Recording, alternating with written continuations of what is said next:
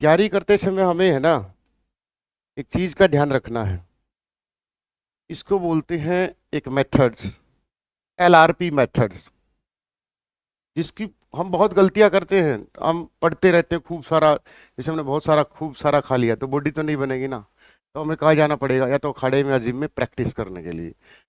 तो लर्निंग के लिए भी यही प्रोसेस है, सक्सेस के लिए भी यही प्रोसेस है, जिसको साइंस में बोलते हैं LRP। अब LRP क्या मतलब बोलोगे सर? सबसे पहले आपको लर्निंग जो आप चीज सीख रहे हो नोट से, क्लास से, या किसी भी माध्यम से आप चीजों को लर्न करोगे पहले तो।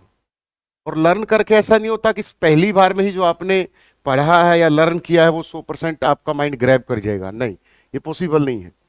जब आप उन्हीं चीजों को रिवाइज करोगे बार बार, तब वो चीजें धीरे धीरे दिमाग में सेट होने लगेंगी, जिसको हम बोलते हैं फुल तैयारी। फिर उस फुल तैयारी का कैसे पता चलेगा, उसको बोलते हैं प्रैक्टिस।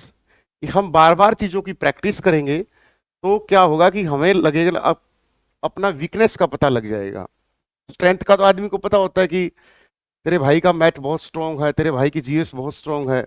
पता चला इंग्लिश में 5 में से 5 गलत। तो उस समय फिर हमें उस सब्जेक्ट पर कमांड करने की कोशिश करनी है जो हमारा वीक है। तो इस LRP मेथड से एक बच्चा सिलेक्शन ले सकता है अगर वो ढंग से, क्योंकि हम क्या करते हैं, बहुत सारी चीजें लर्न करते हैं, बहुत बार रिवाइज भी कर लेते हैं, लेकिन प्रैक्टिस नहीं करते। मॉक टेस्ट नहीं लगा के देखते। हम ये नहीं देखते कि हमारा टॉपिक कौन सा वीक है। हमें लगता है कि यार मैंने 20 बार सिलेबस को कवर कर लिया, मेरा बहुत अच्छा सिलेबस हो चुका है, मैं कर दूंगा। बट कहीं ना कहीं पी जो वर्ड है, अब इनका कंट्रीब्यूशन 33.33 है, हर एक का 33-33 है, तब जाके 100% बनता है।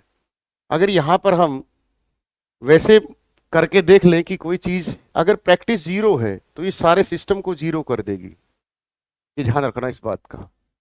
अगर आपकी प्रैक्टिस जीरो है, आपने नहीं देखी अपनी कमांड, तो ये जो दोनों चीजें हैं, क्योंकि आखिर हमें चाहिए तो पेपर एग्जाम क्वालिफाई, एग्जाम पास, नौकरी। अगर पी नहीं किया तो समझ लेना हम गए, जीरो हो गया, चाहे हम आधे नंबर से रहें चाहे 10 नंबर से रहें। तो P practice, P practice, practice को उतना ही महत्व देना है जितना आप क्लास को और रिवाइज को देते हो। चलो आगे आ जाओ।